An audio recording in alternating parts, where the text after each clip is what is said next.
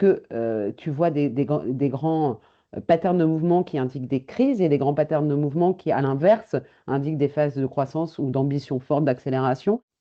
Oui, alors, est-ce qu'on peut effectivement sentir une crise ou une fragilité? Mais tu as certains enchaînements qui peuvent signaler une fragilité.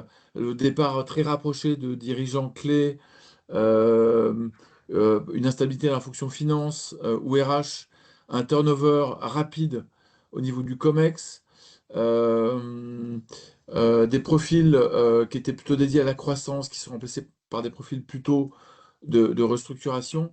Donc ça dit pas tout, mais ça invite à, enfin, ça peut signifier une période de crise.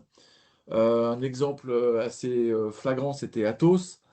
Euh, Avant la finalisation de sa restructuration financière en 2000, qui a commencé en 2024, l'entreprise a connu plusieurs séquences de gouvernance très agitées, très chaotiques, des changements de dirigeants, des débats sur la stratégie.